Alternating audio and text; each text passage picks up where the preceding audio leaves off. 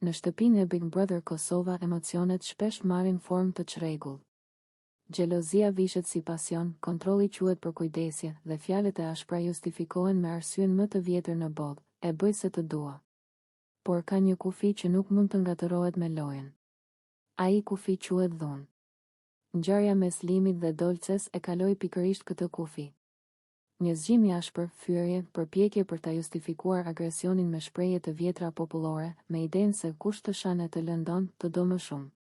Kjo fjali, e përsëritur për dekada në shoqërinë tonë, u dëgjua sërish dhe tingëlloi po aq e rrezikshme sa gjithmonë.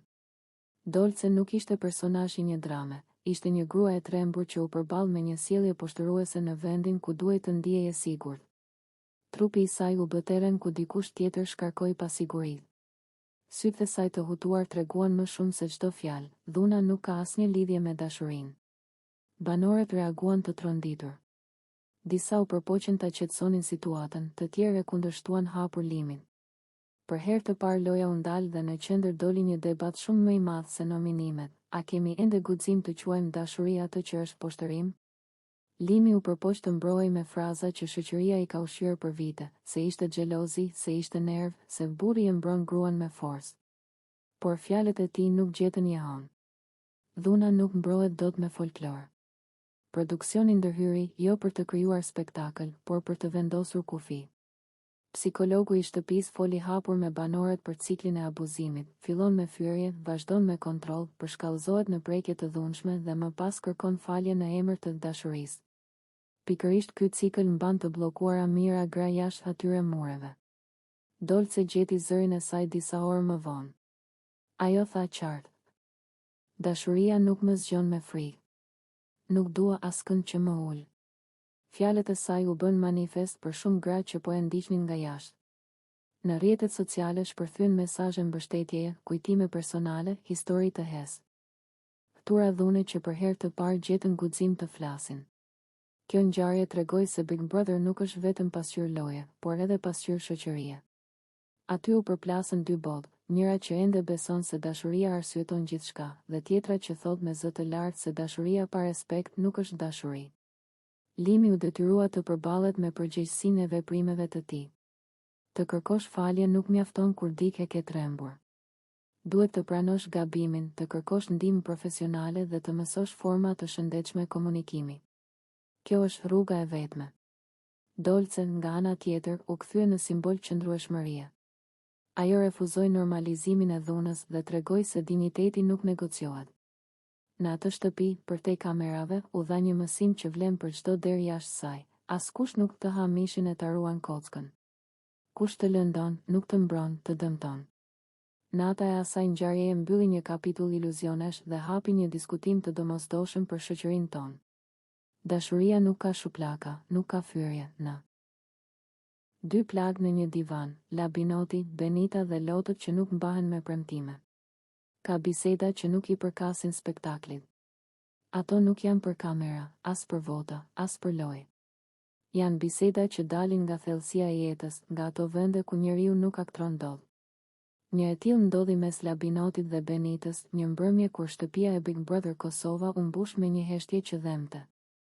Labinoti foli i pari. Zëri i tij nuk kishte asgjë nga ai toni i fortë që përdor zakonisht në debate. Ishte i butë, i lodhur, si zë njeriu që mban mbi shpinë një barë të padukshme. Ai tregoi për gruan e tij, për diagnozën e kancerit në gjë, për ditën kur e morën vesh dhe për frikën që ju ul në mes të shtëpisë si mysafir i paftuar. Është sëmundje e rëndë, tha ai. Dhe u ndal. Fjalët nuk i dilnin më. Në atë çast nuk ishte më banor i Big Brotherit, ishte burr, bashkëshort, njëri i frikësuar për jetën e gruas që do t'rregoj për netët në spital, për erën e ilaçeve, për mënyrën si ajo përpiqej të buzëqeshte për ta qetësuar atë, ndërsa ai brenda po rrëzohej. Unë duhet me u bëj fort për të, po ndonjëherë nuk di apo ja dal, shpëriti. Benita e dëgjonte me sy të mbushur. Fjalët e tij i prekën një plagë që ajo e mban prej kohësh. Kur Labinoti heshti, ajo mori guximin të flasë. Edhe unë e kam vëllain e sëmur, tha. Është në Gjenev për shërim. Shtëpia u bë akoma më e vogël. Dy histori të ndryshme u takuan në të njëjtën dhimbje. Benita tregoi si vëllai i kishte kërkuar të mos qante, t'i premtonte se do qëndronte e fortë. Ajo i kishte dhënë fjalën, por lotët nuk i binden premtimeve. Më ka thënë, mos qaj për mua. Unë i thash po, por nuk i mbaj dot lotët, tha dhe zëri ju shua. Ata dy po flisnin për njerëzit më të dashur që luftonin me trupin e tyre diku larg kamerave. Për kancerin që nuk pyet për ëndra, për mërgimin që ta bën dhimbjen edhe më të madhe, për pafuqinë e atyre që duan por nuk mund të shërojnë. Labinoti e pa Benitën me sy të skuqur. Dhimbja jote është si e imja, i tha. Dëhër. E të dy nisën të qanin. Nuk ishte qarje e zhurmshme. Ishte qarje e qetë, e thellë, ajo lloj qarjeje që të pastron shpirtin. Banorët e tjerë u afruan ngadalë, disa u ulën pranë tyre, disa u larguan për t'u dhënë hapësirë. Askush nuk guxonte të fliste. Benita tregoi si e merr vëllain çdo natë në telefon, si mundohet t'i duket e fortë, si mbyll kamerën dhe pastaj qan vetëm. Tregoi frikën se mos një ditë merr një telefonat që askush nuk do ta marrë kurrë. Labinoti tregoi për flokët e gruas së tij, për mënyrën si ajo e mbante dorën gjatë kimioterapis, për shpresën që përzihet me frikë çdo herë që mjeku thot një fjalë të re. Ato dy rrëfime u bën një. Sëmundja nuk kishte më emra, kishte vetëm njerëz që duan të jetojnë. Në atë divan u kuptua se sa e vogël është loja përballë jetës reale. Big Brother u zhduk për disa minuta. Mbetën vetëm dy zemra që mbanin nga një kryq të rënë. Benita i tha: ne këtu dukemi të fortë, po jashtë kemi njerëz që luftojnë më shumë se ne. Labinoti pohoi. Ka momente në Big Brother Kosova kur dritat e forta, kamerat dhe loja zhduken. Kur mbeten vetëm njerëzit e vërtet, me plagët, mallin dhe historitë e tyre. Një natë e tillë ishte ajo kur Benita dhe Labi u ulën përballë njëri tjetrit dhe nisën të qanin si dy fëmijë që kishin mbajtur shumë brenda. Gjithçka nisi qetë. Banorët po flisnin për familjet, për jetën jashtë, për sakrificat që i kishin sjell deri aty. Benita po dëgjonte në heshtje, me sytë e humbur diku larg. Askush nuk e dinte se brenda saj po zgjohej një mall i vjetër, malli për vëllain e saj që jeton në Gjenevë. Ajo e përmendi emrin e tij me zë të ulët, sikur po i friksoi vetë fjalës. Kam vite pa e përqafu si duhet, tha. Aty zëri ju thye. Lotët i erdhën pa e pyetur. Labi, që po rrinte pranë saj, e ndjeu menjëherë peshën e atij rrëfimi. Edhe ai kishte plagët e veta, edhe ai dinte çfarë do të thotë të kesh ditë larg, të flasësh me të vetëm përmes telefonit, të numërosh ditët deri në takimin e radhës. Qaj Benita, qaj, i tha me butësi. Dhe bashkë me të nisi të qante edhe vetë. Ishte një skenë që e ndaloi shtëpinë. Banorët e tjerë u tërhoqën në heshtje, duke kuptuar se aty nuk kishte vend për batuta. Kamera kapte dy njerëz që nuk po luanin më asnjë rol. Benita filloi të tregoj për vëllain e saj në Gjenevë, për ditën kur u largua, për aeroportin, për përqafimin e fundit. Tregoj si e ka parë të rritet nga larg, si i ka humbur ditëlindjet, si i dhem fakti që nuk është pranë tij në momentet e rëndësishme. Kur e shoh në video thirrje më duket sikur po e prek, po nuk është e njëjta, tha ajo mes lotësh. Labi e dëgjonte me kokën ulur.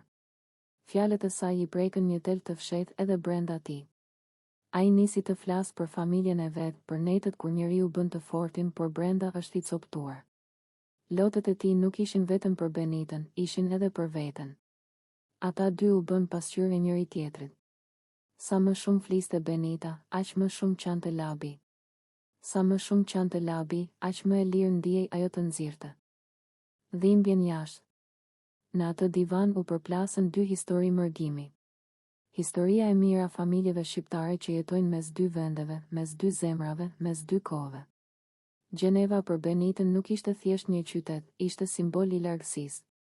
Ajo tregoi si i ruan mesazhet e vëllait, si fle shpesh me zërin e tij në telefon, si ka frikë se koha po ua ndryshon raportin.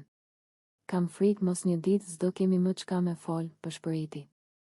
Këto fjalë e thyen përfundimisht edhe Labin. Ai e përqafoi fort, si të donte ta mbronte nga gjithë dhimbja e botës. Banorët që po i shihnin nga larg u prekën. Disa fshin syt, të tjerë ulën kokën. Big Brother për herë të parë nuk dukej si spektakël, por si dhomë rrëfimi kolektiv. Biseda vazhdoi gjallë. Benita tregoi ëndrrën e saj që vëllai ta shon një ditë krenar për të, që kur të dalë nga shtëpia të shkojë drejtë në Gjenev dhe ta përqafoj pa folur asnjë fjalë. Labi i premtoi se do jetë pranë saj deri në fund të këtij rrugëtimi. Mos ki derdh, nuk je vetëm këtu.